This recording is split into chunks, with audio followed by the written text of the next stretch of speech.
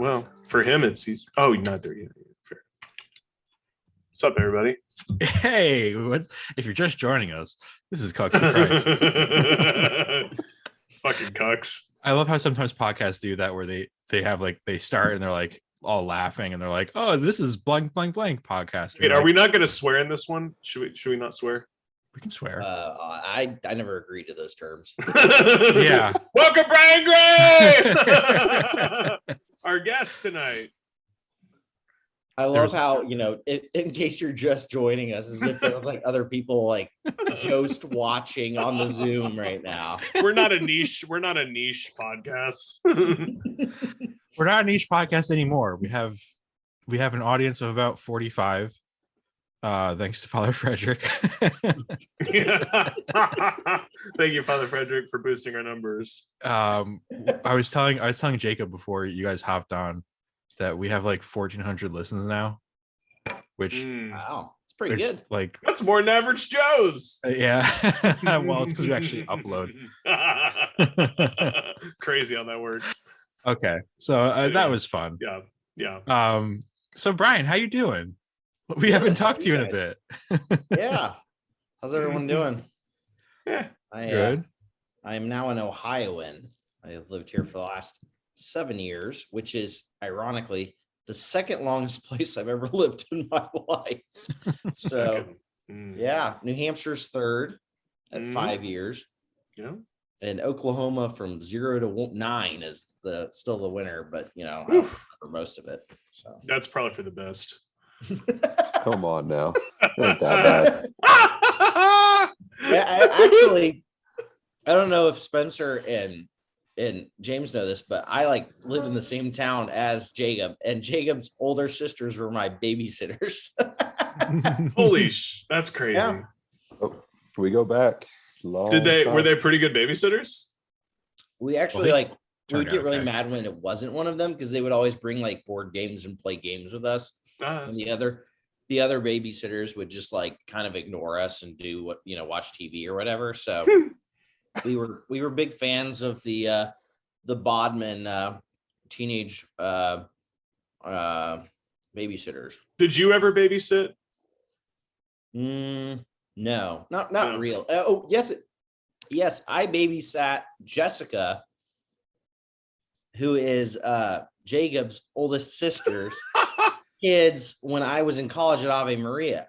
Yeah, you gave back. You gave back to the community. Yeah, I gave back. It was I babysat the two oldest, Corbin. Yep.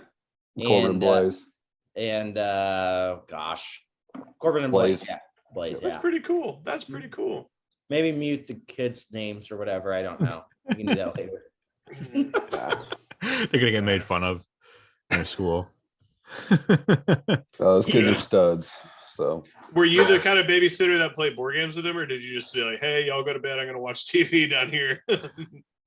What I don't I don't remember much of a 2 hours babysitting children. You don't? That's one of some of my fondest memories, babysitting. But from what I remember, it consisted a lot of basketball. The kids were really into basketball, so we did a lot of dunking. They would run, and I would pick them up, and then they would dunk, and then they would do it again. Yes. they're actually they're back at Ave now. He's coaching again. Yeah. So cool. It's a nice town-ish. For what it is. Yeah, for what it is. That's right. So actually I knew Jacob and Spencer before I went to the Apostolic School. Spencer not as well. We went to a few ECYD camps together before I joined. And then Spencer and Jacob and your sister Rebecca went to you went to Northwoods together, didn't you? Yep. Yeah. Yep. So Rebecca and I were in the same grade. do you remember that ECYD camp, Spencer, that we were at? It was like a father-son weekend. I mean, I must have been 10. We must have been 10 years old. And we played Capture the Flag at night, and some kid ran into another kid and got lodged in the forehead of the other kid. Yeah. Yeah. Yeah, that was pretty cool. Yeah, I remember thinking that was awesome. I remember I saw it happen Was- because I was like hiding in the bushes with my like. It might not even be an accurate memory, but I feel like I remember being in the bushes with like my little stupid light, my little night light, trying to like see in the dark. Yeah, that was weird. I remember the kid Hope they're okay. I was not there when they collided, but I was there when the kid who got the tooth stuck in his forehead, it was still lodged in his forehead. And he like came into the group and he was like, "Oh, I don't think I feel so good." And he like puked all in front of us. Like, dude definitely had a concussion, no doubt about it. 100%. Like a 10-year-old kid, Yeah. concussion at an ECYD camp in the woods in North Houston, like totally irresponsible. The whole I thing. feel like it even happened outside the woods, though. That was what was so weird. It was like in the no man's land area where there was just this grassy patch of nothing. And I would be lying. It was dark. If I It like was dark. started getting really descriptive about like the land that it was around, but I'm probably lying right now. yeah, well, you know, that's all right. It's an art. But That's yeah, it's it called was podcasting. Wait, so how many years were you in ECYD before you went to ICAS, or like how long did you go to their stuff? So Not like in there was ECYD, that but- weird thing, like remember how like it was like ECYD or were you in Conquest, and like then they like merged and they were the same thing in the States. Yeah. But I was in I joined ECYD and I was like, remember you could be like 4 different degrees of ECYD. Yes. Yeah. Now that you're saying this, I like just remembering. I think I was a 2nd degree before I went into the apostolic school. So I what happened was in Houston, there was a Father Edward Hopkins would show up. They didn't have a community in Houston at the time. So they were in Dallas, and then they would drive down like once a month or twice a month. And Father Edward Hopkins would do a like a day retreat with the moms. And then like the homeschool kids, which I was homeschooled until I went to the apostolic school, they, you know, a little shameful at this point to say that, but you know, it is what it is. Love it. I bounced around between private and homeschool, so Yeah. Gotta do what you gotta I was public school the whole time. There you go. Rebel. Yeah. do.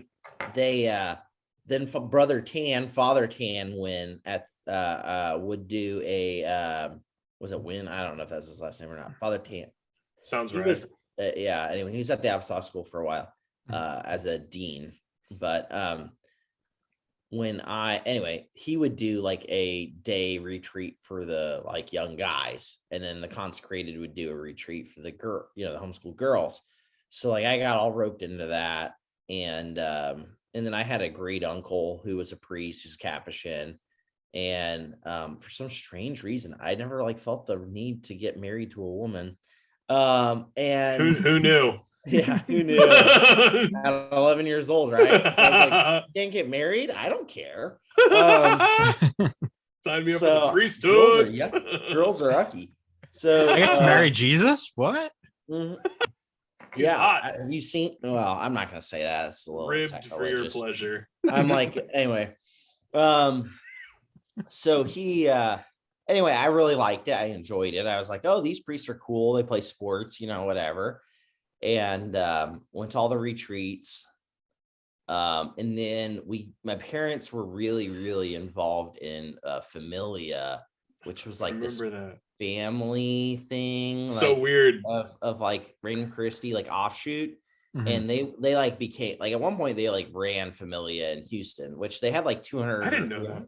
300 like couples in this thing. Oh my god. And we would go to the national conventions. So I remember one of them was up in Minnesota, and I just like I remember being around all these other guys. I've always been like super competitive anyway. And so just being around, anyway, I really enjoyed these conventions and stuff. We went to one in Colorado. We went to one there. And so they were all in on like Random, and they were in Random Christie. And so I remember like Tuesday nights, my mom had an encounter. I remember that because we would watch NCI or JAG which was like the precursor to NCIS on like CBS. Nice. Like because mom didn't like it, but mom was at Encounter, and so us kids and dad would watch Jag every night. and but anyway, they would get all the calendars, remember the legionary calendars? Yeah. Like all these pictures of legionaries, and then on the back they had a picture of all the like centers of formation in the states. And I remember looking at it and being like, oh my gosh, they have this high school. I was in 6th grade.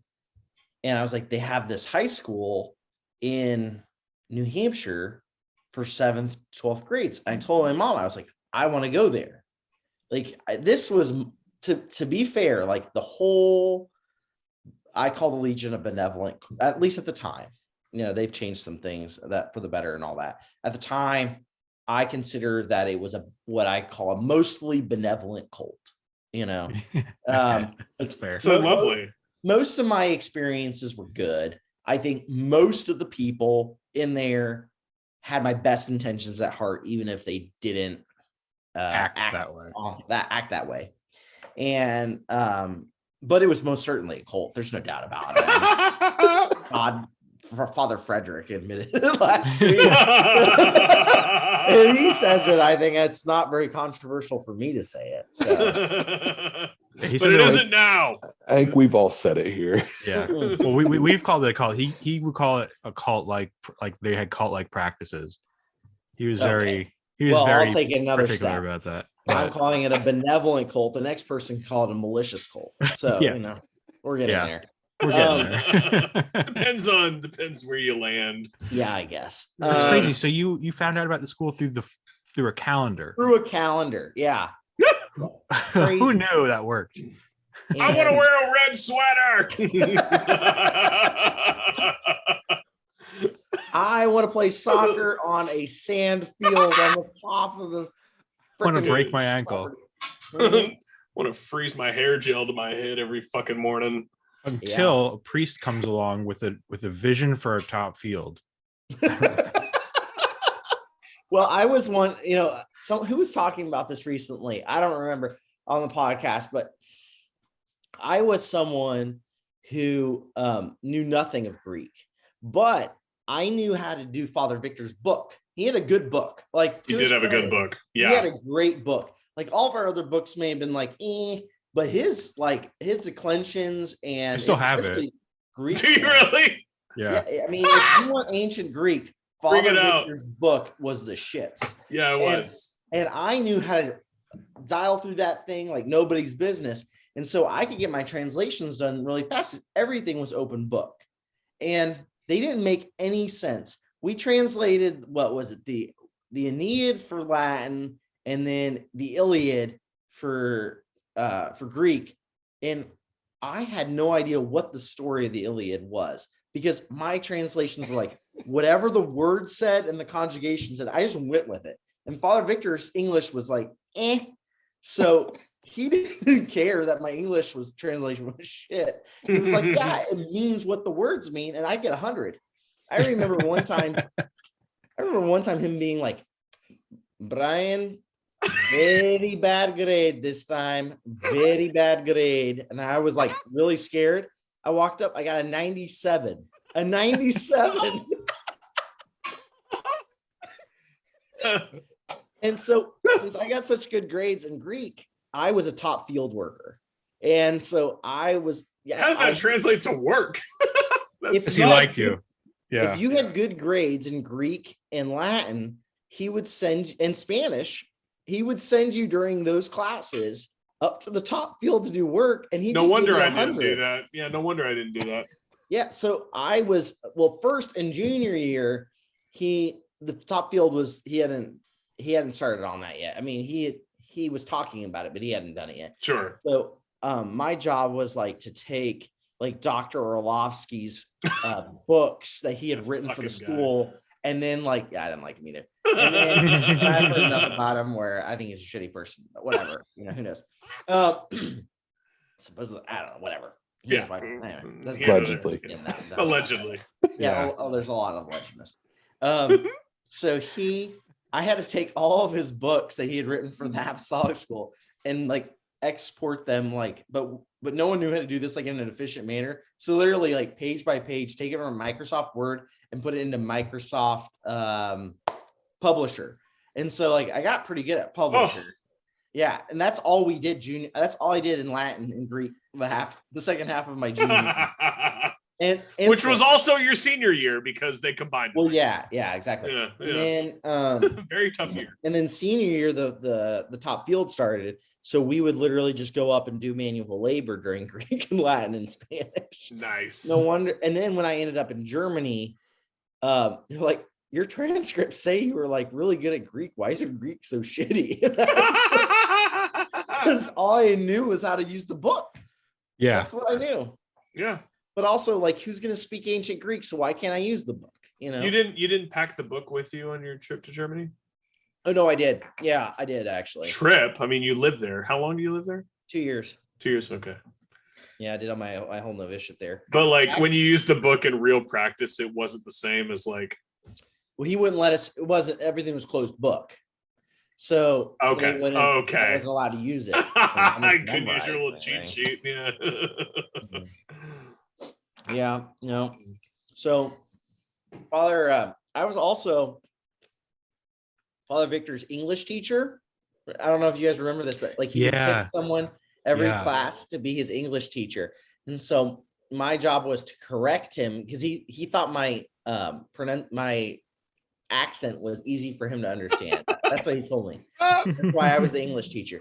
So if he said anything that was grammatically incorrect, my job was I didn't have to raise my hand. I would just shout it out and tell him he was wrong, you know? Yeah. Nice. And so he would always, his like main error was to be like, he would say the brother which, went to the bathroom. And I would say, no, who?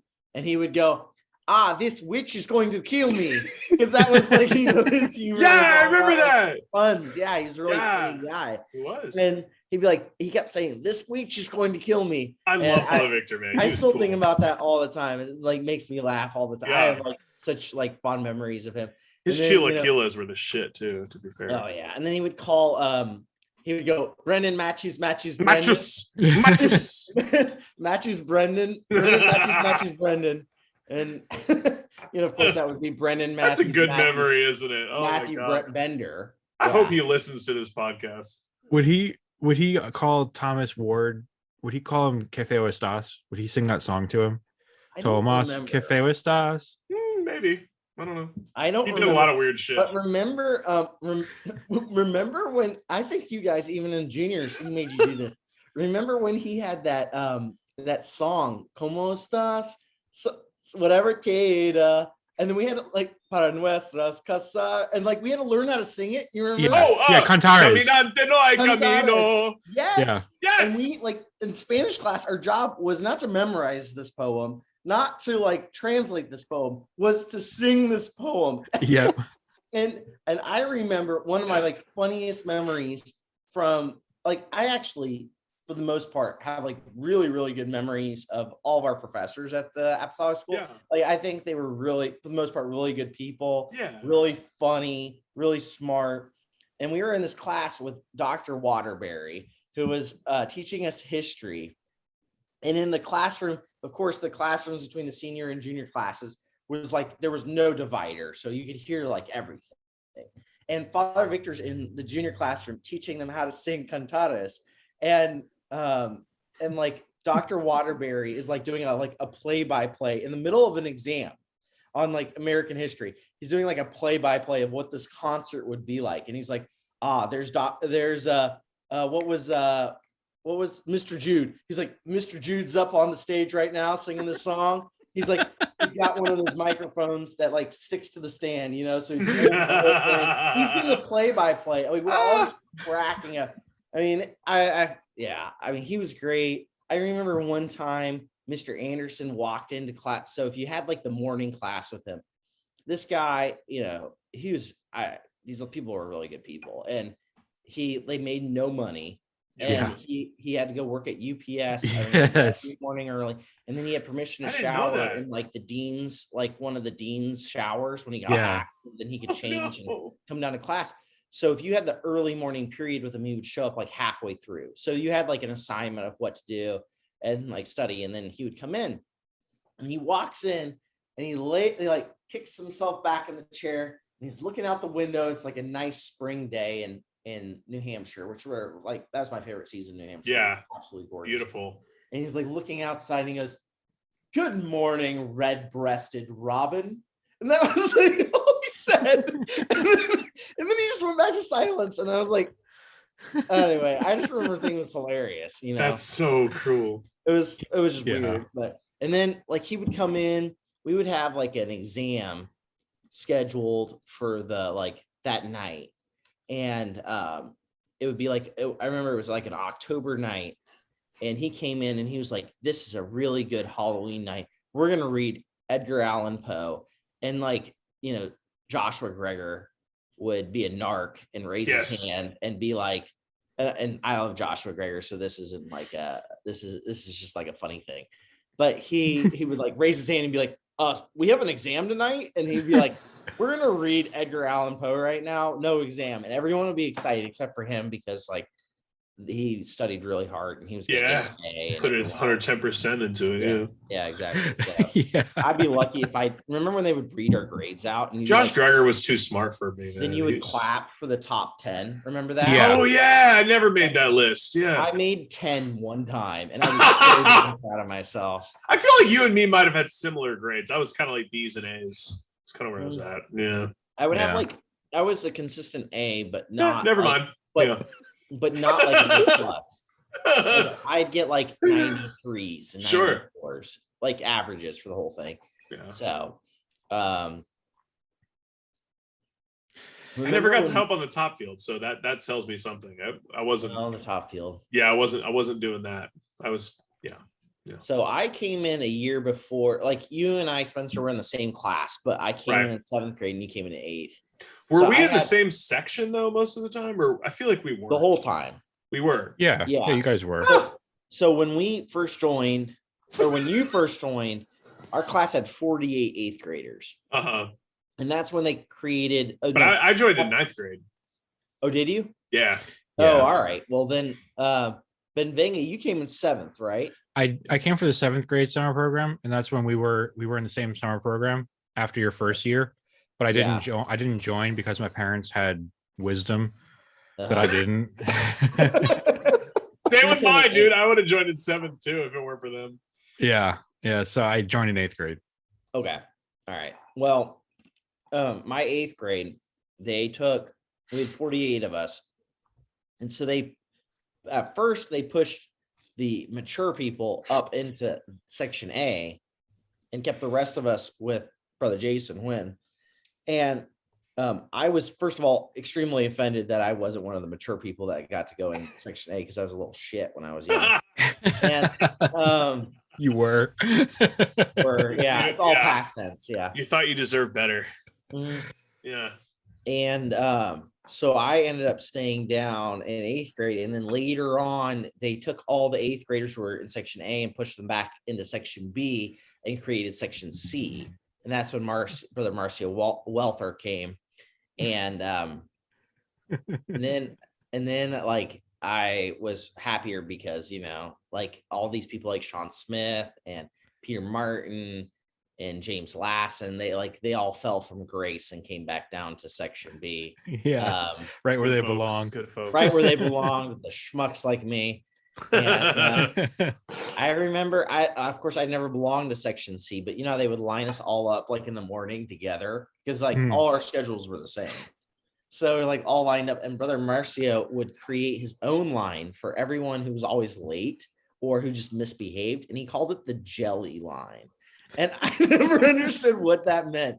But like if you were like misbehaved, if you were like one of the people that were always a pain in the neck, if you were Sean Scozzare, you were in the jelly line like every week.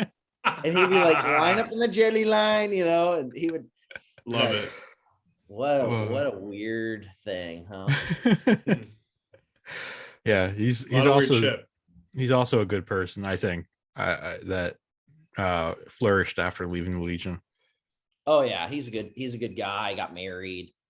Seems to be pretty happy. I haven't talked to him, but just from social media, which is fake, I think. Yeah. Hopefully This tomorrow fake doesn't bring platform. something that makes me look like an ass. Yeah, that's a good endorsement right before some tragic news. Fuck. But you know what? Never mind. I'm not gonna say it. It's probably better. Yeah. So you tell me more about Germany. Like, what the hell happened there? How was Sounds that? so cool. So I wanted to go to Spain, believe it or not, for novitiate. And because remember how the fathers would visit our houses during the summer? Do you remember that? Yeah. Yeah. Good times. Yeah, it was a little weird. But anyway, they would come and visit us at our homes to make sure we weren't watching like movies or anything else that was satanic like that. Yeah. And I remember I like watched the third Lord of the Rings when we weren't supposed to watch movies when we went home. And Father David was like so mad at me that I watched the third Lord of the Rings in the theaters with my parents. And I'm like, now looking back at it, I'm like, what a blessed life that I was that innocent, like that was considered like something bad. I don't know. I'm genuinely trying to think of a problem with that movie. No, like Arwen kisses Aragorn. Yeah, After maybe, not enough. yeah, not maybe enough that's- titties. Yeah, That's the only scene I could think of, actually, because I don't they even didn't think really they're have a problem titties. with violence. We watched The Passion of the Christ, where one man gets beat the shit out of for an We entire watched, movie. um, They were To be fine fair, with that. he The deserved it. violence wasn't a problem. We watched a Robert Redford movie with Brad Pitt. What's it called? Something about like he's a spy, basically. Brad Pitt's a spy and Robert Redford works at the CIA. I told my parents we should watch this at home. It had so many F-bombs in it. And they were not like taken out in the Legion because, like, of course, that was perfectly fine. But you know, you see like two people kiss, and that's like unacceptable. But Dude, it's so crazy. The sex is where they really drew the line. well, you know, I like whatever. I get like the age appropriateness with the sex, but like it would just be like they But just like be, kissing, kissing. like Yeah. anything.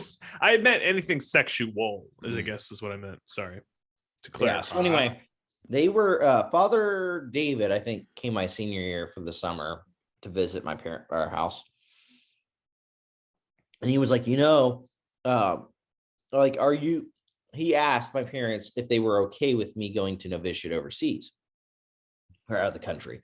And they said, yeah, you know, whatever Bryan wants to do, we're happy with. And I said I wanted to go to Spain because I wanted to learn Spanish better. And I felt like I'd just, you know, done 5 years of Spanish and it wouldn't be that bad. And I could go to, you know, I wanted to go to Spain. And maybe it was Father James that was visiting us. And he was like, yeah, no, I don't think Spain's a good place for him. And Father James, of course, is from Spain, so he would know. And but I like still wanted to go to Spain. So anyway, fast forward to candidacy where we're in Cheshire, and it's like the professions, the weekend of professions for like, but I'm still in candidacy, so I wasn't professing, but like other people are professing. And they like told us like basically this is your last, it's right before you join the novitiate, so this is your last time to, like, it was right before spiritual exercises before the novitiate, so this is your last time to like see your family, right? Because you weren't allowed to see your family in novitiate hardly at all. And if you lived overseas, like not at all. So they were like, so my parents came up and they saw me, and then, you know, whatever, you had to be back at the center by 8 o'clock or whatever it was. And we're standing there and we're next to Michael Sester's, Father Michael Sester now, his parents, which, by the way, I thought he would leave in the apostolic school. So kudos for him for going all the way through. Shout out to Father Michael Sester. Good job. Meet my expectations. Hope you're happy. I'm sure he is. He looked happy. I've been told he's very happy. So, you know, good for him. I mean that sincerely. Anyway, so we're standing next to his parents, and his parents asked Father David, they go, so what are the rules as far as visiting our son during novitiate, and Father David goes, the rules are different if you're in Cheshire or if you're in Germany. And then he points at me and he goes, he's going to Germany. And that's how I found out that I was going to Germany. What? Yes. Yeah. Like this is right before night prayers. Oh and my then, God. You're just the night before professions. And then he goes, you're not allowed to tell anyone. And I was like, okay. He just told everybody. What the hell? Well, he just told Michael Sester and me and both of my parents. Oh, gotcha. So that whole night I stayed up awake thinking like, who am I going to Germany with? Right. And so then the next morning they're like announcing who's going places. You know, all the tables get excited and everything because no one knows except for me and Michael Sester, I guess. But Michael Sester was staying in Cheshire. So which evidently is a better success rate. But anyway.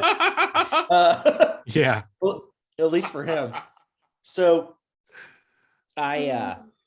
he's like, so I'm sitting there and I'm like whispering to people like, I know where I'm going. And they're like, where are you? Like, you're going to find out here soon, you know? Because I kind of feel like everyone wanted to go to Germany. Like, yeah, I don't know if that's true, but like I wanted to go to Germany. A lot of people wanted to go to Germany.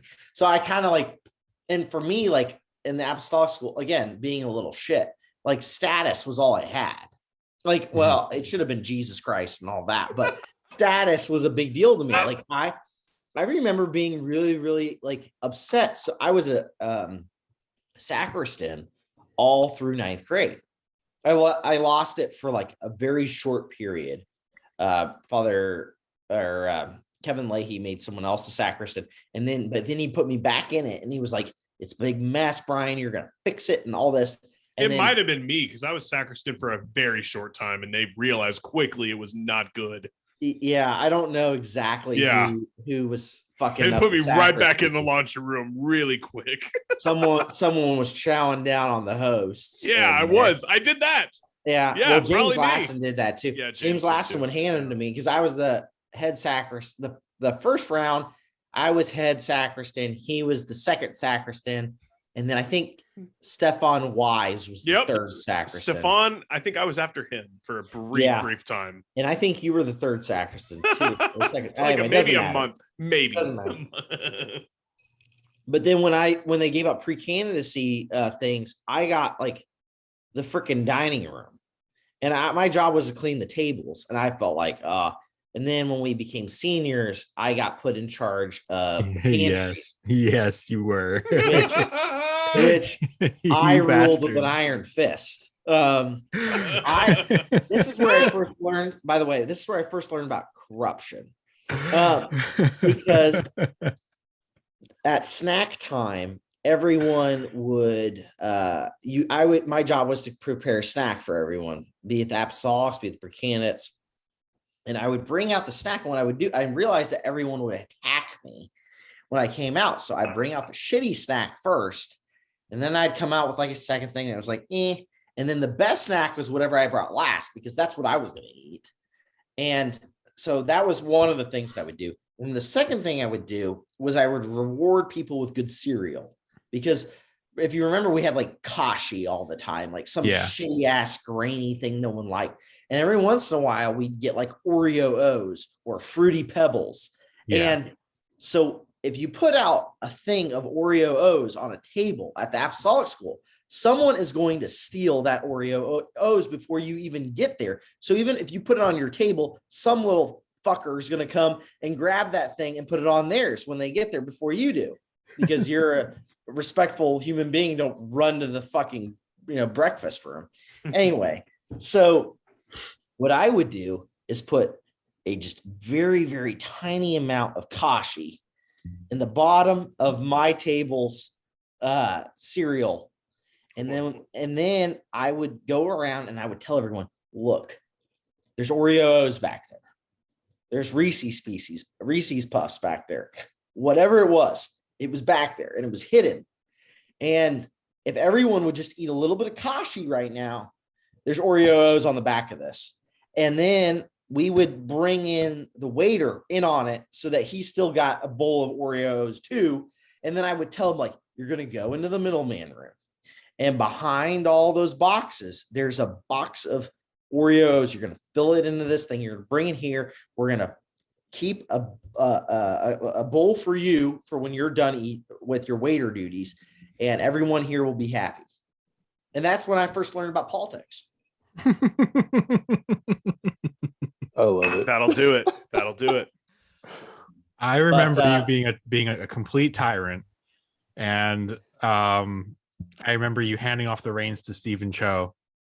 Yeah, so Stephen, it was like a 3-man team when I was a senior, and it was me, and then Daniel Carter was in charge of the kitchens, and so he also had like some say in especially like the like freezers down there, and I would always lock him in the freezer, and then run to, like, that room was pitch black. You turn off the lights down there, yes, pitch black. So I would turn off the lights, and then I would open up the like freezer and hide. And then I would just leave, and he would think I was hiding, and he wouldn't leave the freezer. He'd be like, Bryan, turn on the lights, and I'd be like, and I just wouldn't say it. I was gone.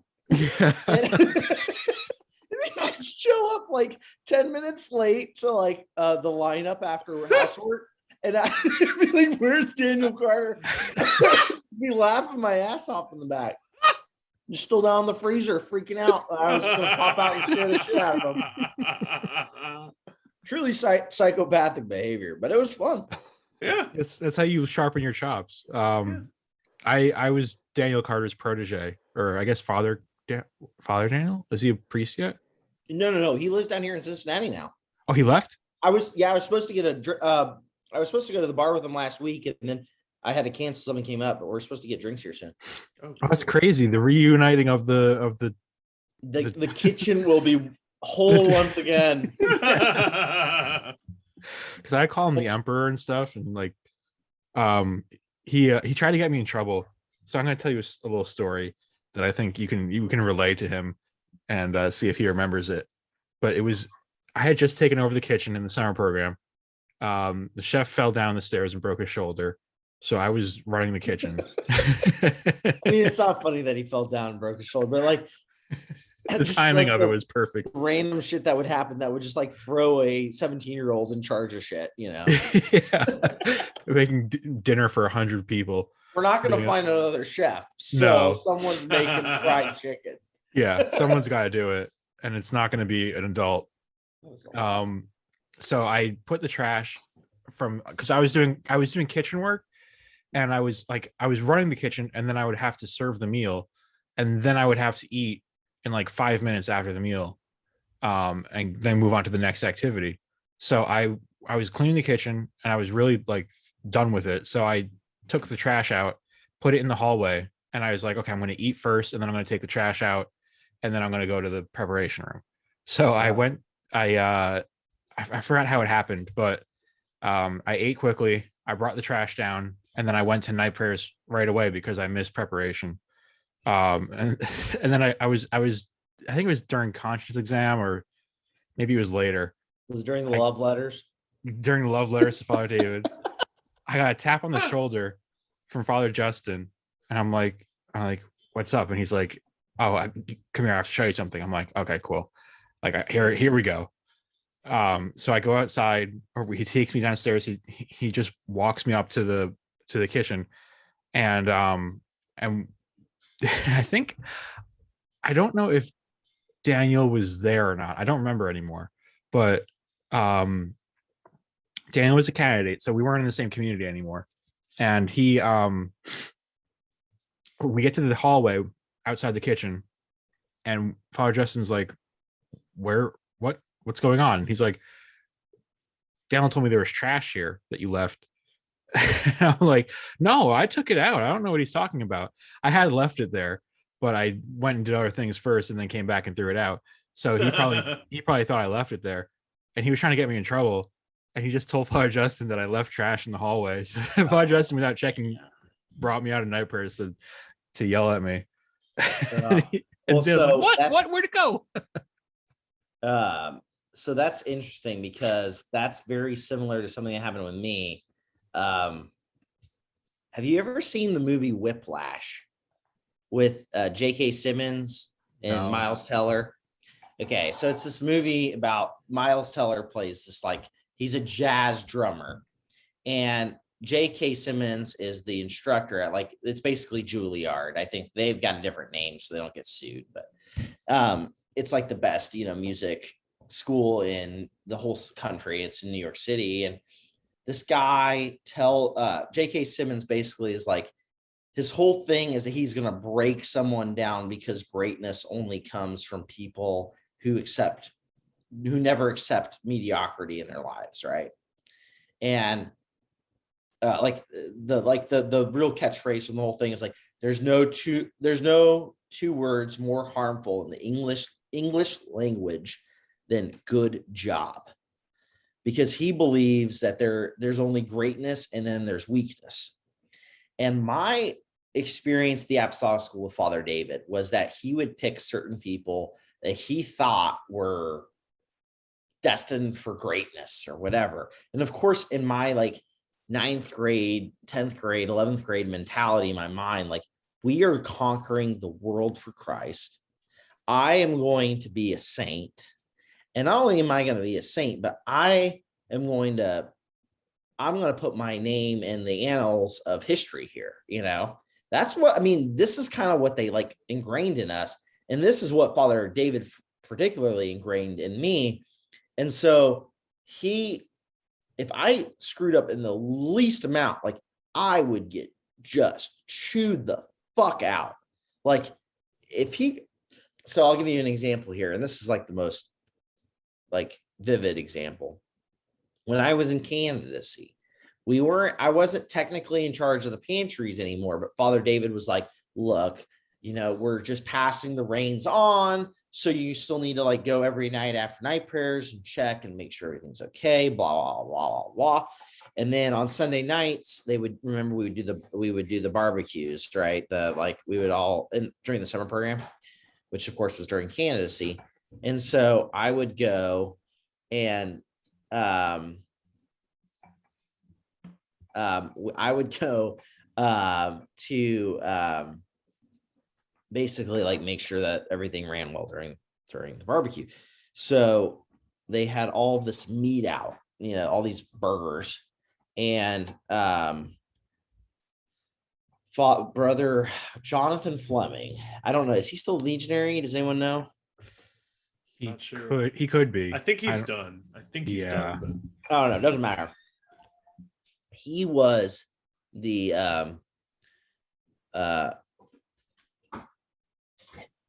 I left my dog outside for a long time. I'm sorry.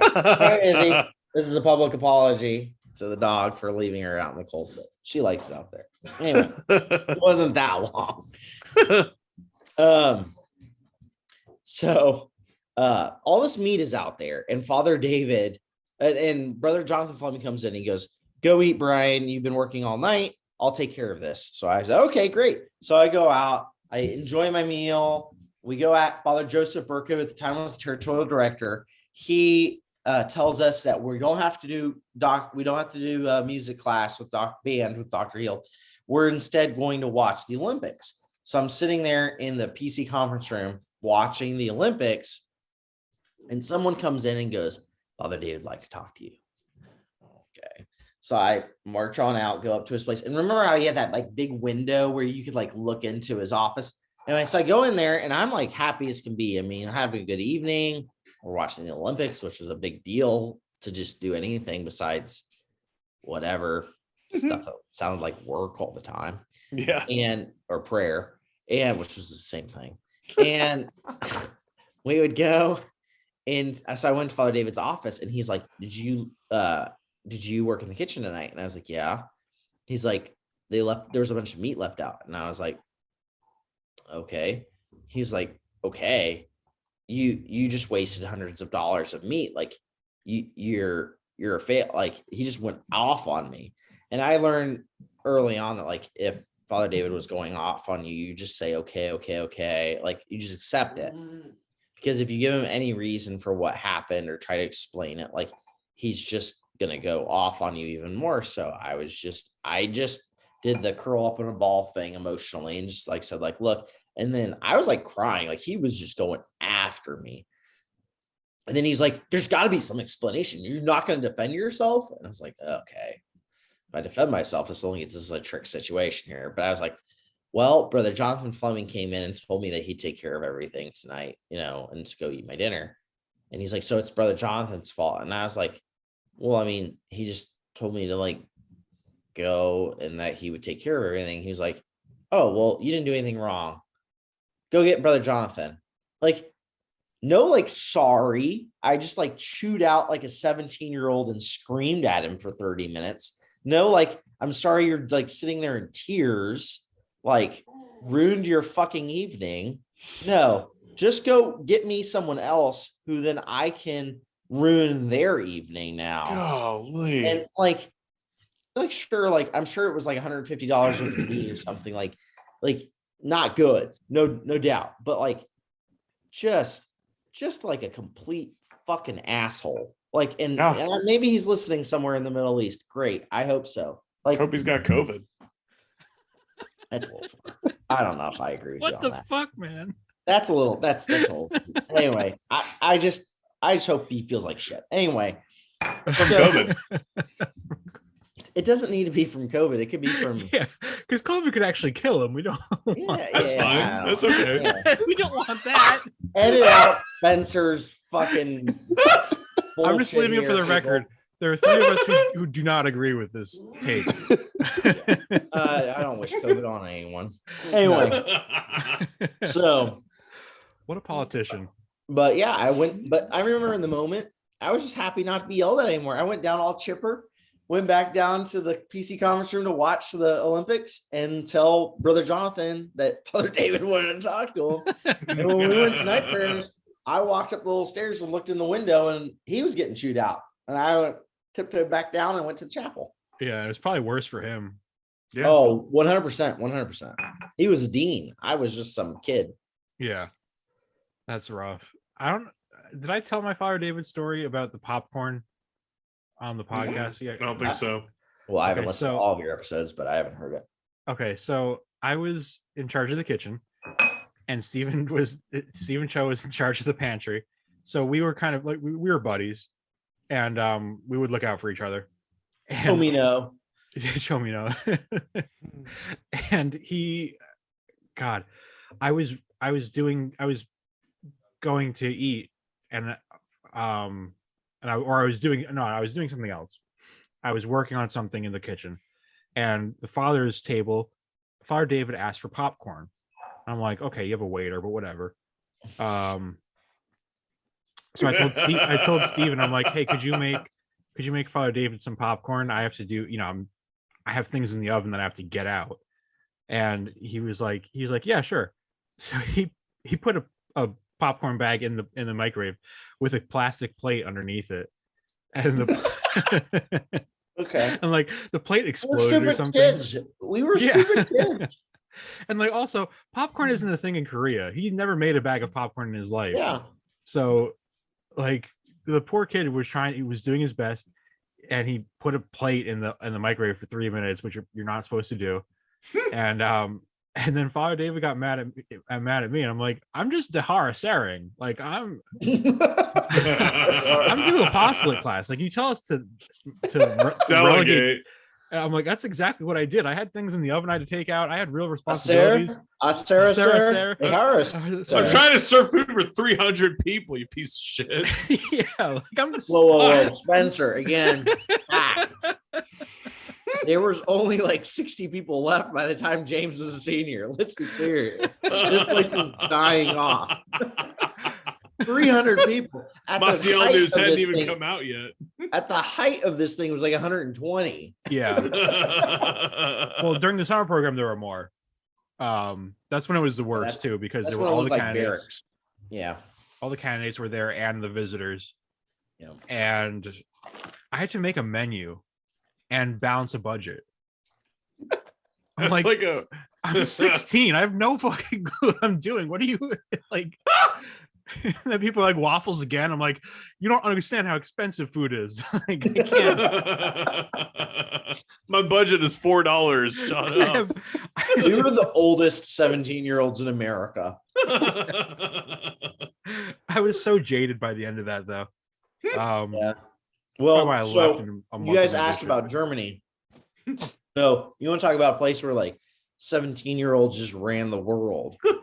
So Father David tells me I'm going. Then in the middle of spiritual exercises, gosh, who was the novice instructor who then became territorial director later from Venezuela? Father.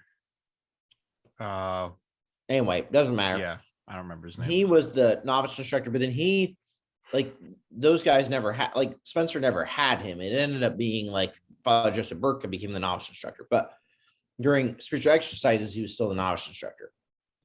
Calls me into his office. He's like, I bet you are wondering, like in the middle of spiritual exercises when I'm not supposed to think about anything except for Jesus. He's like, I bet you're thinking about when you're going to Germany. And I was like, I guess, this is a trap. And he was like, well, it's going to happen the day after you get your cassock. So I'm just going to tell you now. I was like, okay. So then I spent the rest of the spiritual exercises thinking about Germany. And Jeremiah and I went to Germany together. It was just the two of us to begin with.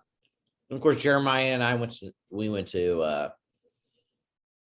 the summer program together in 7th grade, and his parents wouldn't let him stay in 7th grade. So he ended up coming in 8th grade. But we were, through the apostolic school all together. So we went to Germany, and they wrote down on a piece of scrap paper a phone number for the novitiate and gave me a 20 euro dollar bill. That's all I had, 20 euro bill. That's all I had in case, and then they were like, the person who picks you up will also look like you in their uniform. No name, nothing. You're going like across the world and you're just like hoping that you see someone that looks like a Mormon and that they're not actually a Mormon. And so we get there. It's this guy in Dusseldorf. It's this guy named Brother Christoph, who's now a diocesan priest, Father Christoph. Shout out to him. He's a cool guy. I'm sure, I doubt he's listening to this thing. He picks us up. Thank God he was there on time, because I don't know what the fuck I would have done. I guess I would have called the number and tried to get changed to call I don't know. Anyway. And then we were joined later by Brother Robert, now Father Robert Antonio is a deacon getting ordained a priest here soon. Shout out to Robert Antonio. Yeah, love you, Robert. That's cool. One of the best human beings I've ever met. Yeah. Just a real honest, good human being. Anyway. Yes. And then Father Michael Baggett joined us as well. Later on, never really learned German. Funniest guy in the novitiate by far. Just one of the funniest fucking people. But his German was not his strong suit. But Germany was a lot like being a candidate in New Hampshire. There was only 24 of us, and there was an apostolic school there that those kids did no fucking work. So we did all the work all the time. So it was kind of nice because it broke up. We would just have random work days where they would be like, we just have shit to do. So we would just have a work day, and it would break up the monotony of just the novitiate schedule, which is just a grind. There's no way I would have stayed in the novitiate in Cheshire because it was just such a grind. But in Germany, it was Thursdays were hike days, Saturdays were work days, Sundays, we always played recreation. Tuesdays we played recreation. So Mondays, Wednesdays, and Fridays kind of sucked, but 3 days a week. I also I had the best ratio for not ever having to do calisthenics. So I would either get adoration during that time or work in the kitchen that time. Never really did that. We had an indoor pool. So if you wanted to, you could get up early and swim laps. Which I did. Debating how much I want to share here. Now, So would do that, and then internet never dies. So then I just really enjoyed it. Jeremiah ran the kitchens, and then Robert Antonio and I were the work coordinators. And if you were work coordinator in a community of 22 people, you were like in charge. I mean, because we determined there were things that were difficult and there were things that were easy. The easiest responsibility was what they called broodholen, which was to pick up the bread. And you would go during dinner, you would go and pick up the bread in the town. You drive down there, pick up the day old bread from the bakery that they would give us. And then you'd come back and then you'd eat dinner during like conversations. So you got to eat your dinner and talk with like 2 or 3 other brothers that worked during dinner. And it was kind of enjoyable, And then you got to talk, of course, the whole time you went into town and picked up the bread. And that was your responsibility for the week. I mean, it was the fucking easiest thing to be, especially if you were American, because you didn't have a driver's license. So you were just like literally just following it. Like you were just the other guy in the car. You did nothing. Nice. So it was really nice responsibility. And then there was this thing called Kochhelfer, which was like literally the cook helper. And then you worked all during the meal and helped people and you helped the chef get all the food out. And so I remember we had this brother who I am now good friends with. He's from Mexico. He's a good guy, Miguel Hernandez. Shout out to Miguel. We did not get along very well in the novitiate. A rocky relationship. And I told him, I was like, hey man, like I want you to go help out in the kitchen. It was like it was like maybe Thanksgiving, because they would like let us have like a half feast day on Thanksgiving for the Americans. And I was like, hey, they need some help in the kitchen getting the food out. And he was like, yeah, no, I'm not going to do that. And I was like, I looked at him like dead in the eyes. I was like, you can go help out in the kitchen now, or you can work every day of the octave of Christmas in the kitchen during the meals. And he like looked at me and he was like, I'll be in the kitchen in 5 minutes. And the thing was, Robert Antonio and I would take turns. One week he would write the work schedule, and next week I would write the work schedule. And then we would hand it off to each other and be like, what changes would you like to make? And we would determine it. And the only time that the assistant would change the schedule was if someone was going to be out of town, like traveling with a priest. Because that happened a lot in Germany, because they like the priest community was like really small. So if one of the brothers like had a home visit, they would need like a novice to go travel with them. So like I got to do that one time. It was a lot of fun. And mine wasn't as exciting. Like Jeremiah got to go to Geneva. And like that was really cool for him. But I like went to Heidelberg and some other places. I mean, I still had a really good time, but we would have like so the other thing that would happen was like the bishops would come a lot of times to our, like the bishops, at least in Germany, for whatever reason, they were like always cultivating bishops, because like the bishops could kick you out of the diocese and then you'd be fucked, right, if you were the legion. And so there were always bishops coming. And when the bishops were there, I don't know if this was a thing in the States, but in Germany it was definitely a thing. Bishops could give special hike days to the novices if they wanted to. And we had this brother who had like zero shame. He would just ask whatever. He would like literally get up in the middle of the meal and like ring the bell so everyone shut up. And he would be like, thank you, your excellency, for coming, blah, blah, blah, blah. We have this tradition. The novices can get special hike days where we don't have to have studies. And we get to go to a really special place to have a nice dinner and a beer if you give us a couple days. And he was like, they would like give us like 3 days. At one time, I remember we had 28 special hike days, like lined up. And the novice instructor was pissed. He was like, how the hell are we going to get through these guys? Like we ended up having a special hike day like once a week.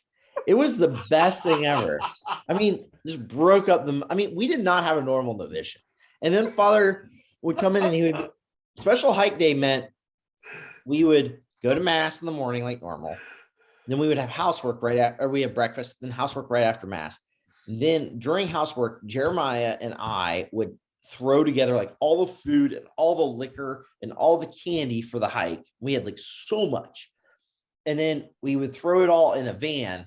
And then after housework, we would get into the cars and then we would drive like an hour and a half to some like national park in Germany and like spend the day there hiking in the morning. Then we'd have lunch, like the biggest lunch you can imagine with liquor.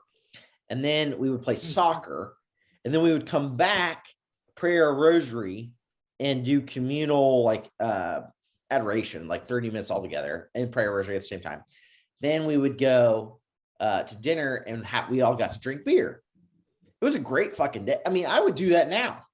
Yeah, like, it was sounds like fun. It was fun. I have really good memories from there. Like when I go back to like my happy place, like even now, like it's still like Germany. Yeah. I mean, the brothers, I mean, like, look, you like people, you don't like people, but it was just, for the most part, we all got along. You guys remember Kevin Elam from the Yeah.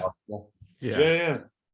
I think I was telling James the other day, but he had this, he would do this like anthology of the Lord of the Rings on hike days. Do you remember this? Yeah. And you had to commit to like 3 hikes in a row with him. And he would tell you the whole like story of Middle Earth. Like, honestly, I would love to go meet Kevin Elam again. And like, maybe not a hike, but like at a bar, do this. But anyway, I mean, he was such a great guy. I mean, I know he got a lot of, like, he was kind of wild and, but he was a great guy. And he would teach you how to make orc noises, like from like Moria. Yes. Yes. Yeah. And he would make this noise. I don't know if I'm going to do it right now or not. Please do. So it'd be like, I don't know. I can't do it all. Like, pretty good. That's pretty good. He would like, it would be much louder than that and much longer. But I taught this brother in Germany who was a Mexican brother, Miguel, how to make this noise. When we would come out, we didn't have a soccer field at the seminary, so we would drive to a soccer field and then like get out, and then as soon as we got out of the car, he would just start with this orc noise the whole way out onto the field. It's like a total animal. Like I just laugh so much like interiorly whenever I think about this, but he wouldn't just make the noise on the soccer field. He'd make the noise like randomly throughout the house, like during like housework. He wouldn't do like the full blown like really loud noise. He would just be like, and like he would make that noise. And so we would be in chant class, which was my least favorite thing of the day, at like 1 o'clock in the afternoon after lunch, and you're like tired and you just eating a bunch of food, and sometimes he would make that noise. Well, it got to the point where like he would get really in trouble if he made the noise. So this other Mexican brother Luis, and I, we would sit in the back of chant class and we would just like make the noise and then look at Brother Miguel with like the stern look. Like brother Luis would just go like, Hermano Miguel. And then our assistant would kick him out. And we would do this like on a weekly basis, like, and he'd be like, it's not me. He'd be like, que payaso, which means like, what a clown. Like they would just like this guy. The 2 of us in the background making like Kevin Elam orc noise. So thank God Kevin Elam helped me, like taught me how to do that, because it gave a lot of good memories from novitiate. That's good. Nothing like getting someone in trouble. a little It's really easy to do, because pretty much everything you did besides breathe got you in trouble. Yeah. Well, that's true. But I am jealous of your Germany experience. I really wanted to go to Germany, and I think the reason I left I would have stayed if I went to Germany. Mm-hmm. I know I would have stayed just for the language. We had this So in your first year novitiate, you didn't have to take Greek in Germany. You took German. And we had this German teacher who was like one of our only, like probably our only lay professor. And he's this old man. His name was Herr, which means like Mr. Herr Deschinger. And he didn't teach us anything. He just talked to us grandchildren the whole time. It was like, we learned nothing in German class. I remember Jeremiah and I being so pissed because like we learned nothing here, but you did learn a lot. Like, and it was like an easy transition into it because most people there spoke English. So like, if you didn't know what you wanted to say, you were just like, wie sagt man, how does one say, or how do you say whatever? And then they would tell you, you know? And so like sometimes it was detrimental because sometimes they would just talk in English, but it was like, it was very comfortable. Like I never felt like out of place there, which is like weird thing to say, but like, it was weird at times, but it was, I don't know. And then I went to Spain. Well, so I didn't want to profess my vows, or I don't know if I didn't want to. I had doubts about it.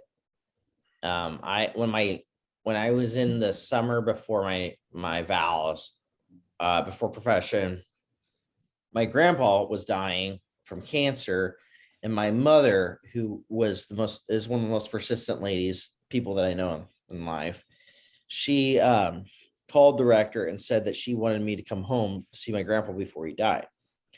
And they said, the father was like, that's not possible. Like, he's a novice. He doesn't come home. And my mom was like, yeah, wrong answer. Who's the person in charge of you? And they were like, it's the territorial director. She's like, yeah, ask that person and see what they say. And I found out later they brought it up to Rome, which is such a ridiculous thing. Like, yeah, they brought it it way to Rome. And it was during the days of Father Alvaro. And I got permission to go home and see for 10 days and see my grandfather before he died. Which was really, I mean, obviously, like, one would hope that wouldn't be like a special thing. It would just be a normal thing, but it was a special thing. And while I was there, I was just like, I don't know, like, if this is for me and all that. And I came back and I was home. I was back in Germany for like two weeks. And I was talking to Father, our novice instructor, and I was like, I don't think like this is for me. And he was like, you just think that because you just came from home. He was like, this is why you're not supposed to go home when you're a novice. And I was like, I went home to see my grandpa die, you fucking asshole. Like, I didn't go home to like for shits and giggles. Like, it was just, so anyway. And my parents had already booked a trip, like stupid reasons, to profess, but it's like, people are the thing was like, remember how like they would be like, well, if you don't want to profess, you can stay a novice for an extra 6 months and make everyone think you're a fucking loser. And like, no one wanted to do that, it was just like, that wasn't normal. So everyone's just like, oh, he's the brother who's sticking around for those 6 months. He must be doubting his vocation, Remember that like letter from Father Maciel, which was like, the worst thing is not sin, but it's the acceptance of doubt. Remember that whole thing? It was like, you're not allowed to doubt your vocation, which really translated in their culture to, you're not allowed to discern. Yeah. And then they were like, I don't know why no one discerned in novitiate. It's like, you told us we weren't allowed to, Yeah. Yeah. And like in Germany, I had a great time. I did. So it was like, well, this is going well. Like, if the party's going great, why stop it? And I had always wanted to go to Spain. They told me I was going to Spain for novitiate. So I was like, great, or humanities, excuse me. So I was like, great. I went to Spain and I fucking hated it. It was terrible. It was just everything about it. The food was terrible. I remember my first morning, there was no hot water. Actually, there was no water. It wasn't that there was no hot water. There was no water. So you had it was like Cheshire the humanists in Cheshire had showers. We didn't have a shower, but you had a sink. So I had a sink, and I'm starting to shave, and I've like lathered up my whole face with shaving cream, and then the water just shuts off, and I know no one there. I like came the night before, and I'm like, what do I do about this? And then I go into the shower, into the bathroom, and it's the same thing. Like the water like starts, and I like start putting soap in my hair, and I'm like, I'll just wash all this off. Water turns off in the showers. So I got soap in my hair. I've got shaving cream all over my face, and I have to go to church. I have to go to like morning prayers now. There's no water. I don't know where anything else, like it's not like I knew where the other showers and bathrooms were. So I just went back to my room and combed my hair with the soap in it, took the shaving cream off with a towel, and went to morning prayers. I was like, and that was indicative of the entire experience. So my God, it's like we had the priest who was in charge of the music there. You know how they would stand up on that little stool and like direct music during mass. So he would do this, and he would come down. Like if like I just listened to Jacob Watkins' episode. Great episode, Jacob. Shout out to you. If you sang like Jacob Watkins did, a little off key, but very enthusiastically, and then Father, whatever his name was, because I blocked this out of my mind, he would step down from his stool, come up to you, and then go like this to you, like, and stop you from singing in front of everyone in the middle of mass. He was ruthless. Sometimes he would stop the entire song. He would like call out brothers by name in the middle of mass. You're supposed to be praying. Like the whole thing was like, I have so much PTSD from this fucking place. Then on top of that, I'm used to Germany, where it's like, if you didn't do your responsibilities, like people noticed because you didn't eat. You didn't get your like food to your table. You didn't, the house was dirty. You like, no one had like the things they needed to like function during the day. Like in Germany, I was in charge of the pantries. I was in charge of the candy. I was in charge of the liquor. I was in charge of the supply room, and I cut everyone's hair. So if like I didn't do one of those things, everyone's going to notice, but I didn't do any of them, like everyone would obviously notice. In Spain, I cleaned like a corner. I like swept a corner and mopped it every day. And I was like, I could die and no one would even fucking know I died. Like, this is like, what is my point here? And, but like on top of that, you had like I said, just, I don't know. You couldn't, the idea of universal charity works in a community of 20, right? Because you can be friends with 20 people. You can't be friends with 200 people, not good friends. You can know them, be their acquaintance, whatever. But they separated all of us that knew each other. And at this point, like Sean Smith was there. Like some people from Cheshire were there.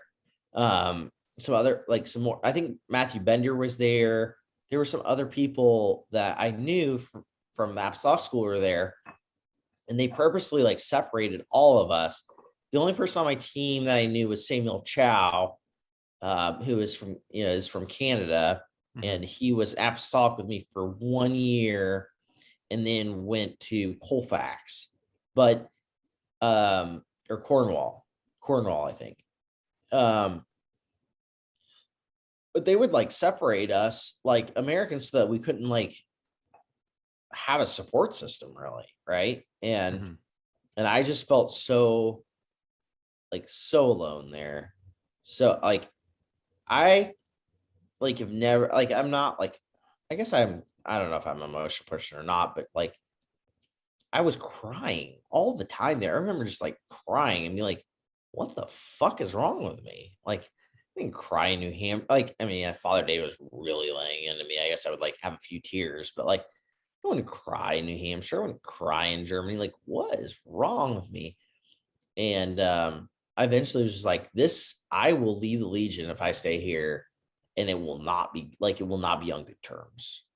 And I went to the rector, who is my like I think you guys talked about this with the Watkins sisters, but like remember how they like separated your spiritual director from your like superior, but you still had to talk to your superior and tell them everything anyway. Yeah. And your confessor. So you had like 3 people you had to tell all of your sins to.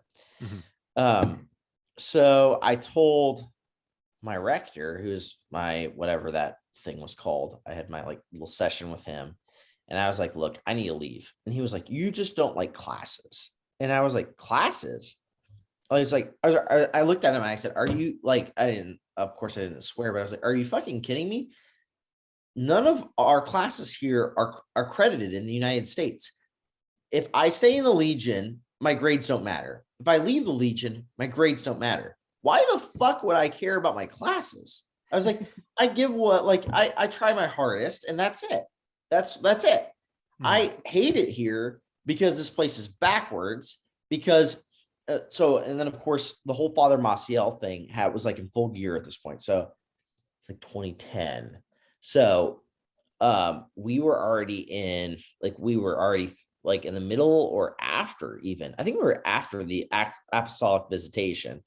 And we, even at the level of humanists, anyone who had professed vows was supposed to give input on the constitutions.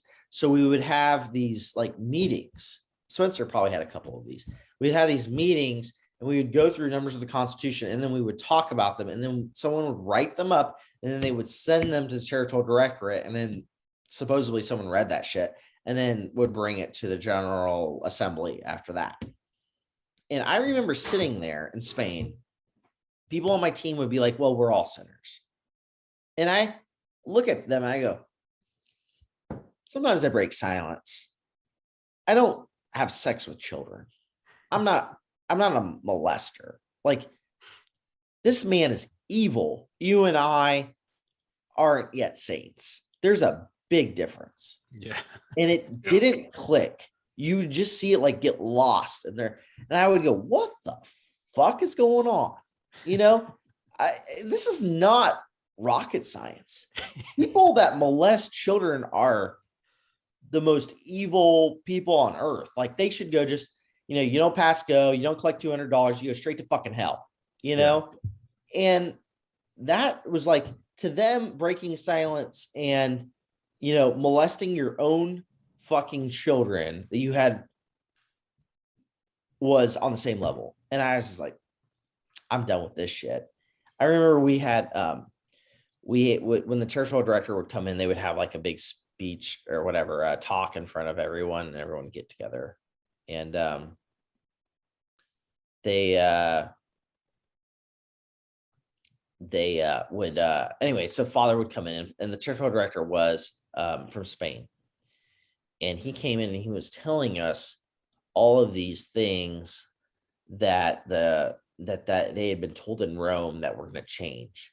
And this brother raises his hand and they calls on him and he stands up and he was like, why are we doing this? We shouldn't be doing any of this. And like the territorial director, to his credit, was like, what is our title? And he's like, Legionaries of Christ. And he's like, and who's the vicar of Christ? And he's like, the Pope. He's like, if the Pope is telling us to do it, then we're going to do it now. Shut up and sit down. And I was in the back like this, but that was the mentality of a lot of these guys, was just like, this is all divinely inspired. What are we doing? Like, we shouldn't even be talking about the constitutions because they're perfect as they are. And I just remember like, I can't do this. And so I went to Father Juan Ramon and he was like, no, you're going to wait until after Christmas. And I knew that I couldn't wait till after Christmas. Mm-hmm. So I went to my assistant, who was my same assistant I had in Germany.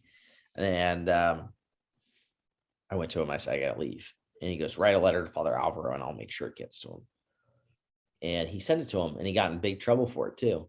And a week later, Father Alvaro wrote me back, or something, whoever writes stuff for him, wrote stuff for him, saying that I could go back to Connecticut, because that's what I asked for. I said, I'm discerning my vocation and I can't do it here. I'm so upset about the circumstances that I can't actually discern the substance of my vocation. And I would like to do that in Cheshire, Connecticut, where I feel like I could do that better. And within a week, I had permission to go to Cheshire. And within a week after that, I was in Connecticut. this turned out. Father Christopher Brackett was the rector there. I have nothing but the nicest things to say about that man. He was great. I think like even being like maybe not as good of a Catholic as I once was, like, not even really being like, I don't know, like my faith identity is murky at best, but I do feel like at peace with that decision, I think in large part because of Father Christopher and the way he helped me discern that. So how long were you in Cheshire before you left? 6 months, 7 months. Okay. Yeah. Okay, It was a decent amount of time. I walked into Father Christopher's office when I first got there, because that's what you did when you came to a new center. You immediately talked to the rector. And I walked in and I said, Father, I just want to let you know right away, I'm probably going to leave here soon, but I'm just here to decide whether I'm going to leave or not, but it's probably going to be here soon. And he was like, whoa. He was like, we're going to put you in a team. You're going to be around people that you've known for a long time, people you went to the apostolic school with, all that stuff. We're going to give you an apostolate and make you feel at home. And then at that point, if you want to leave, you're more than welcome to leave. But just know that we're going to make you a member of our community here and make you feel at home and at peace for you to make that decision. And he said, I don't know what's in the water in Spain, but Salamanca's Humanities, whatever that center, it messes people up. So just like give it a chance, type of thing. And I did, and he was like, he never fought me on it. So he's a really good priest, and he knew how to treat like different brothers differently. Remember, he would always when he would walk past me, he would always like kind of like not like punch me, but just like kind of hit me in the shoulder. And it was his way of just being like, hey, like hang in there, kid, type of thing. And like I understood it that way. And then I told like Christopher O'Brien that one time, and he was like, he punches you in the shoulder? And I was like, oh, like kind of like just like in a like playful way or whatever. And he was like, if you do that to me, I'd punch him back. And I was like, that's why he doesn't punch you. Like, like, I don't know, but it wasn't like the same formulaic, like, oh, everyone has to be treated the same, like, because we're all robots with the same Microsoft programming. You know? Yeah. That's good. Yeah, he actually saw you for you. Not another name. Yeah. So I never really interacted with him. I was only, I was just a lowly novice for a month. I would have been a novice for 4 or 5 months, probably, if I was, put in Cheshire. I realized, so I found out afterwards, like when I left, they like asked all the formators I had before whether they thought I had a vocation or not. Yeah. So like they like asked Father David, and they asked Father Justin. I actually had Father Justin as spiritual director when I was in Cheshire because he was like based out of Cheshire. So I asked to have spiritual direction with him because he already knew who I was, and we were close. And so I don't know. I mean, the whole like this is a whole nother thing. I guess I'm switching topics here a little bit, but so when I was in 9th grade, you know how you were supposed to tell like your superior like all your deepest, darkest secrets? Yeah. So I like went into Father David's office and I told him about this dream I had, which was like a gay dream, right? Let's just put it that way. And I was like, I don't know what's like, I don't know. Like, it was weird because I was 13 and I was going through puberty or whatever. So I was confused to begin with. And he was like, oh, don't worry about it. Like, I was super embarrassed, of course. It's a weird thing to talk about with anyone. And he was like, don't worry about it. There's just no girls here. So like, you'll like, if there were girls here, you wouldn't feel that way. And I was like, Sounds like bullshit, but what do I know? I'm 13, right? So I was just like, brush it off, whatever. So then I'm 17 or 18, and I'm in Germany. And I have the same thing going on, like a particular friendship building. I never held hands with anyone, like, though, you can never get away with that. Guys would never accept that kind of shit, right? No, that would be full homo. Well, you'd both have to be homos, like, you can, So that never happened. I mean, nothing ever happened, but I had this, like, whatever, these gay feelings towards this other novice. And I told my novice instructor about it, and he was like, he said the same thing. And at that point, like, I'm like, okay, well, this is fucking bullshit. Like, I know this is bullshit. Like, I have, like, weird, at the time, like, I thought, like, we, like, quote unquote, weird feelings about people, about men. So then I, like, brought it up again. I was like, okay, well, now, like, this is just not going away. And he was like, okay. His solution for it was the opposite of, like, Amelia's. It was like, not, you never talk to this person ever again. It was, you need to spend more time with brother X. And so I did. And he annoyed the fucking shit out of me. And I didn't have those feelings anymore. But it wasn't because I wasn't attracted to men. It was because I was no longer attracted to brother X, Yeah. And because now I saw, whatever, he annoyed me is what it was. Yeah. Because basically, because I was, whatever. So I leave the Legion, so then I'm in Cheshire, and I told one of my spiritual director at the time, I was like, hey, I'm gay. I think I'm gay. And he's like, you're not homoquidom. And I was like, what? And he was like, he like whispered, he's like, you're not gay. He's like, I've met gay people. You're not gay. Like, cause I wasn't like femme, I wasn't like effeminate.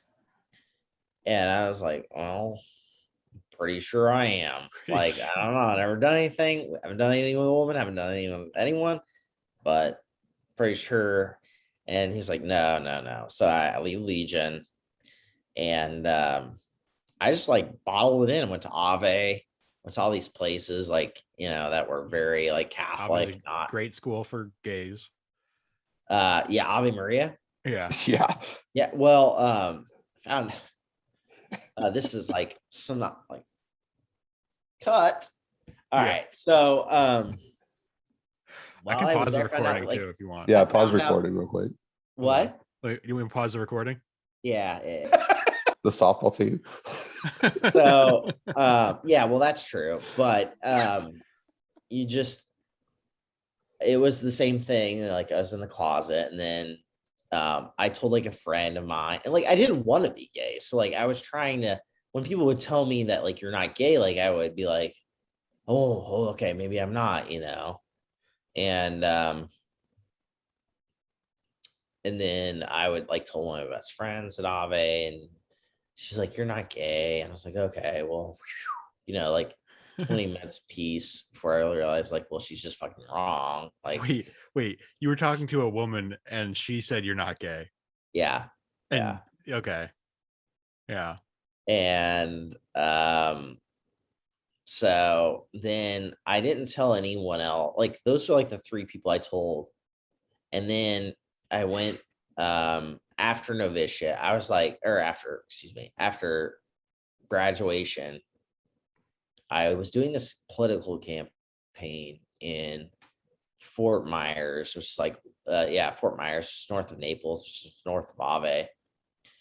And I was like, I'm like, at this point, I was just, like, tired of pretending that it wasn't, like, gay, but I, like, didn't have the, like, strength to, like, come out or whatever. So I picked up the phone and I called Father James Perez, who I had talked to, like, pretty regularly throughout this time. And I was like, Father James, I have something to tell you. And I was, like, crying. I remember I was sitting in a parking lot, like I got out of my car, it was raining, and I was just, like, sitting on the side of, like, on the curb crying. And he's like, what's wrong? And I was like, I'm gay. And he's just like, that's okay. And it's like the first person who like just took me for what I was, didn't try to convince me that like I wasn't that, because if I was that, then there was no salvation, there was no coming back, there was no redemption, there was I don't know. And for 5 years after that, I didn't tell anyone except for Father James. And I would just talk to him about it, like when he would call me once a month. And he got me through some really like dark times, because it's as a 20, like I came out at 28. So being 28 years old and feeling like you're never going to have like anyone else in your life, like it's a pretty dark thing to think. But yeah, then I came out August 20, 2000, whatever it was, when I was 28. Met my boyfriend like 2 months later, that I've been with for 2.5 years. But when we went on our first date, I was telling him, he was like, so tell me about like yourself, where are you from? And I was like, oh, where am I from? So I like went through this whole thing. He was so like astounded about like the whole thing. Like I was like, yeah, I was in this cult. I just told him everything like all at once. We were at this place, they were doing live music. He stopped the people who were setting up the live music. He was like, wait, you guys, hey, I have to tell you about this guy I just met on Tinder. He was like, he went to some cult in New Hampshire and couldn't see his family except like twice a year. And like, he just goes through this whole thing. Just exposing like, you. Yeah, exposing me. And I was like, yeah. He either hates me or he's interested. And luckily it was the latter. Yeah. So, That's That's crazy. awesome. It's a gamble. It's a real gamble going on like the first, because you can't lie to people and be like, oh no, I went to a normal high school. Well, you have to give them a little bit of a hint. You're like, oh, well, I was studying to be a priest. Like that's what I normally go with. And then depending on how interested they are, I'm like, okay, well, hold on, let me tell you the real story. Like, it was 8 years of my life. I told them I went to boarding school. That's how I start. But then we go down that path. That's such a different picture, though. When you say, "Oh yeah," people think that I'm like some yippee, like rich trust fund baby when I tell them I went to boarding school. No, we had moths in our food. Yeah, our classroom was an old garage that was refit into a classroom where we weren't allowed to wear our coats, but it was like 35 degrees in there, and you could drop like a leaf and it would blow across the bottom of the room, like across the floor of the room. Like, yeah, that was the boarding school we went to. Parents paid $7,500 a year. Oh, yours did? Oh man. Yeah, I was on a scholarship. Poor family. Yeah. I think they really did hit different families with different prices. I think it was, my understanding was that the regular price was 10K a year. Okay. I don't know if that's true or not, but that was my understanding. And then it went down to 750, but or whatever, 7,500. And then if you had multiple kids, it was like you got really special deals. Get the 2 for 1. The 3 for 2. If you were like the Gregors or the Murnaws or Littletons, some of the legacy families, Yeah. Legacies. I don't know. I don't know what my parents actually paid. I forgot to ask them. But I know they weren't paying the full amount because they were just like, we can't afford it. Yeah. We live in Westchester. We can't afford it. We afford private school. Yeah. That's nuts. I have a bunch of my letters home actually that I'm going to read through. Oh my God. Yeah, it's kind of cringy. I can't imagine. I found some of my meditation notebooks, not very, I don't know, maybe 2 or 3 years ago when I was moving. And I read some of them and I just thought, like, what utter fucking nonsense. Like, it didn't even make sense. Like, it wasn't that I was no longer so Catholic. It's just like, I don't know. The whole thing was just weird. I don't know. I think I like jokingly refer to myself as like an Augustine, like like a mix between like Augustinian and like Friedrich Nietzsche in my like belief system, that I kind of believe that we're all just dancing above the pit, but that there's still an afterlife, probably. Yeah. What that looks like, I don't know. But it's there. I hope it's a good one. Yeah. I hope that, you know. I hope it's more like Germany and less like Salamanca. There you go. Exactly. Exactly. Yeah, So I don't know. Do you have any other stories you want to get out? Other stories. Well, on my birthday, I used to get to pick what when I was a pre-candidate, at least. I used to get to pick what recreation we were going to have that day. And Father Justin would let me do that. And I would always pick to build forts in the woods. So I'm sorry, guys. I was the one who did that to you. That was very cathartic. I enjoyed it, but not everyone else did. I once told Brother Jason when we first got up, like made the dean of section B when I was in 8th grade. Father Thomas Vendetti had just left, and he did something like in recreation, like he called me out or something when I didn't want to be called out. And I told him that he would never be as good of an assistant as Father Thomas Vendetti. It's like on his first week on the job. It's like a 22-year-old. And I was like, you're a piece of shit. You'll never live up to the legacy of the man before you. Like, so I'm like, well, like 7th grader going on 8th grade. Like, I feel really bad about that. I was a real piece of shit in 8th grade. That's hilarious. I remember, a certain person, I won't say his name to protect the guilty, who he and I joined the same year in 7th grade. We, in 8th grade, he would, like, when I was being a rebel, he was being good. And when I was being good, he was being a rebel. You weren't there, James, because this was 9th grade. So we're out playing or out on one of these lakes. It wasn't Squam or Winnipesaukee, and we're playing ice hockey. And Kevin Leahy was like with his family that week, so it was just us and Father Justin, and we're out playing hockey. And someone got mad because someone scored on them, and he took his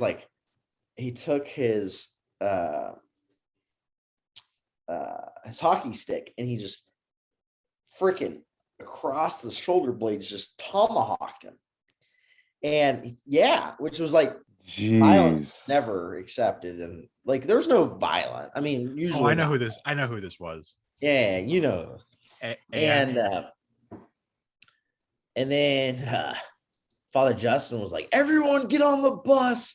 And the person who got tomahawked was Father Michael Sester, and he was like, it's okay, I'm all right. Of course he's crying. I mean, he just got like just slammed. That hurts. So like it hurts. Like I'm not making fun of him for crying.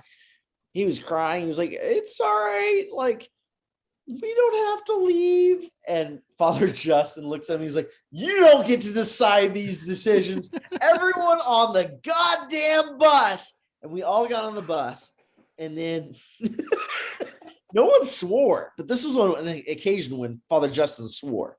And we got on the bus, and he goes, some of you may have heard me use some words that were unacceptable, but I used them because of what happened. He goes, don't be surprised if you see so-and-so leave in the next week. And they were gone. He was gone in two days. Yeah, right? Like it was like almost immediately after. Yeah, 2 days later. That night I saw him like up. Remember how we had the phone booths like all outside the pre-candidate dining room, but then there was the one phone booth upstairs. Remember that? So he was at that one phone. I remember like weird fucking shit. This is one of the things I remember. And he was up at that like one phone booth up there, and he was crying on the phone. And I think it's because like he was telling his parents that he was kicked out. Yeah. Yeah. I haven't talked. He's like one of the. We were best friends for 2 years. He joined in That's seventh like grade, the weird right? thing about the whole thing is like you become like. I have no friends from back then, other than like I shouldn't say no, but like some of my best friends from back then, I have no idea how they are, like what they did, you know. And then of course I could reconnect with them now, and some of them I have, but it's just not the same, you know. Yeah. I don't have like all my friends from before the Legion, they're gone. Like I don't. And then like during Legion, 7th grade, I don't know that I talked to anyone from 7th grade. 8th grade, I still talked to Jeremiah. And I don't know if Peter Martin started in 8th grade or 9th grade. I still talk to He joined him. in 8th grade. Okay, Wait. so I talked to those two. Did he join? There's a grade? couple from 8th grade. Yeah. No, he joined in. I think you're right. I think he did. Because we were in section B together. That's right. Yeah, because he went to section A. He was one of those ones that was mature and went to section A when we had like the Great Divide. Anyway, he was 6 feet tall. Yeah. And his parents had really good packages that they would send. Like Peter Martin's one of my best friends there. He would have like you get a new soccer ball like once a month, so everyone liked him. Yeah. Yeah, you get the good soccer balls. Yeah. But like I mean, James Last and I were good friends. I don't ever talk to him. I mean, Andrew Nalapa, who some people will put 2 and 2 together there. Same deal. Oh, Stephen Lombardo. I do. We joined in 7th grade, and Stephen Lombardo and I are still good friends. Yeah, I talk to him too regularly. Yeah, he's good. Well, yeah, he was on your podcast. That's true. I was when I was listening to it, I was texting him and I was like fact checking him on everything. Like I was like I was Jamie on Joe Rogan. You know, I was just like, this is wrong. This is wrong. We worked on that campaign together. She wasn't a hardcore right winger. She was a moderate, dumb bitch. You know, I'm like, you know, texting him all this stuff. And so he and I have been good friends. When he went to China, I'm calling him out here because this is punishment for him lying on the podcast. Yeah. When he went to China. So he and I worked on a campaign right after college. He didn't like it. No one liked it, but I mean, he really didn't like it. So he was like, I'm going to go teach English in China. And I was like, this is manic fucking behavior, but okay. Yeah, and it was, but yeah. Yeah, it was. It was a bad decision and I was right. But, you know, we don't need to do anything there or theirs. So he goes off to China. So he has his girlfriend, who's a mutual friend of both of ours. Ghosts her, goes to China and ghosts her. And then, yes. And then I have to clean everything up. I'm like, why is this my fucking responsibility to clean up your like girl drama? I don't care about girls in that way. Like, what the fuck? Like, and I had, you know, I cleaned it all. Cleaned it up to whatever you can, you know. I'm just like the sweetest person too. Oh, that's great. Yeah. Just completely. Bye. I'm on the other side of the world. Yeah. But we still like whenever he drives through Ohio, he always stops at my place, and he's met my boyfriend, and supposedly we're going to Puerto Vallarta together in June when my current job comes to a brief pause. So, oh man, that's crazy. That's good. And it's fun connecting with people like that so many years later, because you have certain shared experiences that you can laugh about that no one else understands. That's right. Yeah. I mean, that's kind of the beauty of the podcast, right? Is that like no one else gets it. Yeah. So you're like, your viewership, if it ever gets like, if it's in the hundreds, it's like, it's literally your entire audience. Yeah.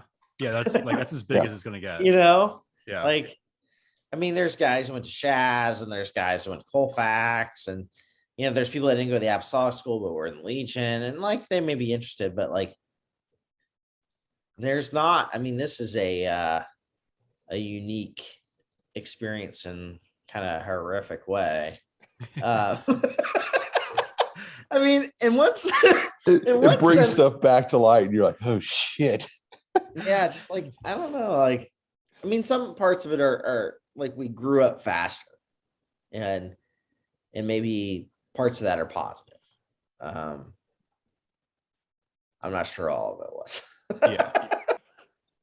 Yeah, there are certain things where I'm like, I'm not a whole person yet. Like, but I think, like, this whole thing, I think, has been, I think this podcast is cathartic in a way, and helps people kind of get through some of that. Yeah. And I think, like, to be fair, I guess, like, any experience growing up in life is going to be traumatic in some experience, like some degree or another. Some of us have had a little bit more trauma than others, and and high school isn't particularly great for a lot of people. From what I hear, like regular high school. There's no like nastier fucking human beings than high schoolers. Yeah, middle schoolers are close. 8th graders are the worst. Yeah, 8th graders are the absolute worst. The worst human beings on planet. I remember in 8th grade, I wrote on one hike. I took a notebook with me, and I ranked everyone by how I hated them the most. So I started with the people I really, really disliked, and then I went down to the people I liked. But I never said I liked them. I just said I disliked them less. Like, first of all, how gay, right? But also, like, super fucking emo, and it was like 30 people, and then community.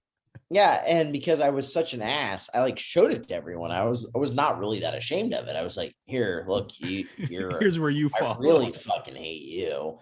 And so then someone told Father David, and then Father David thought I made like a blacklist. And I was like, I didn't make a blacklist. Like, a blacklist is when you like want to like take out people. I don't want to take anyone out. I just don't like them, He's like, all right, your punishment is that when we line up the next time, you have to like apologize to everyone. So I did that. What a great punishment. I still got a 9 in piety. So for behavior, in the piety grades. Still kept your co-founder card. I did. I could still buy Coke. Yeah. Still on my tuck, whatever the fuck that was. Yeah. I don't know where that word came from, but someone explained it to me once, and I'm like, that doesn't sound right. Remember when Joe Zuniga used to kill all the fish? Yeah. We're obviously coming to the end of the podcast here, but that was one of my like. That's a little stinger we can throw in at the end. Mm-hmm. I think Stephen Lombardo killed the fish too. And I think Brendan Matthews, did he ever have the fish? I know it was Andrew. Wasn't Andrew Bernetsky at one point? I don't remember, but Joe Zuniga definitely did. I think you're right. I think Stephen Lombardo did. Brendan Matthews was in charge of ICAS, the dog. That's what he was in charge of. And cutting hair. And cutting hair. And so is Thomas Ward. Thomas Ward cut hair too. Yeah. And but yeah, I remember all the fish kept dying, and like just kept trying to like save them, and then bring in more fish, and they'd die again. And then in our novitiate or our candidacy, we had like a great candidacy too. And for whatever reason, like I think Brennan Matthews took when he flew in for candidacy, he flew into Logan Airport, and they never sent anyone down there to Logan to pick you up at Boston. So they make you take a bus. So then he took a bus, and he took it all the way up to just north of Center Harbor. There was like a Dunkin' Donuts and like some other things on the bus stops. Yeah, on the right there. And there was a phone booth there outside that Dunkin' Donuts. And on top, he had to go in there and break a $5 bill. He told us this whole story. He had to break a $5 bill, and in order to do that, he bought a water bottle. And then he called from the phone booth. He called the center and was like, "Hey, no one ever came to fucking pick me up. Someone take me back to the candidacy." And so they did, because of course you can't have cell phones because that would be, ungodly. Mm-hmm. And so he used this phone booth, and he put his water bottle on top of the phone booth. The entire candidacy, the water bottle was still there. So every time we would drive by that place, we would look for the water bottle. The water bottle would be there, and Brandon Matthews would get up and go like this, and we would all cheer. And it was just like something really stupid. And then Thomas Fredrickson, in candidacy, you had to have a robe all of a sudden. They made you buy a robe. Remember that? Yeah. So like his robe was a gi. It was like of course it was. It was a Japanese gi and had like dragons on it and all this stuff. So that was another symbol of our candidacy. It was the water bottle, the gi, and then Brandon Matthews had two symbols. Brandon Matthews, his mom gave him like a big box of Relive, like the supplements, and he would give them out like at breakfast, like they were like drugs. He was like, "You want some Relive?" What? Like, yeah, you want some Relive? I'll put some Relive in your water, and he would like give him a Relive. And so like we joked that like the candidacy was sponsored by Relive. And that that like the symbols of the candidacy were Relive, the gi, and the water bottle. Like those are the three things. And I haven't talked to Brandon Matthews since then, probably, but good guy. Funny memories. My gosh. Oh well. Yeah. Well, I think on that note, scraping the bottom of the barrel here. Yeah, we had a good recording. This is a longer one, but that's okay. You can cut it down. No, I'm not cutting it down. I'm not doing any work. I have to I have to go somewhere this weekend. I have no time. Well, this and that has to be cut out. Oh, I already know that cuts out automatically. Okay, all right. Yeah, so that's good. Yeah, I'm not gonna say what it was. Yeah. Good stuff. The audience is gonna miss it, but all right, this is Good to be there. Price.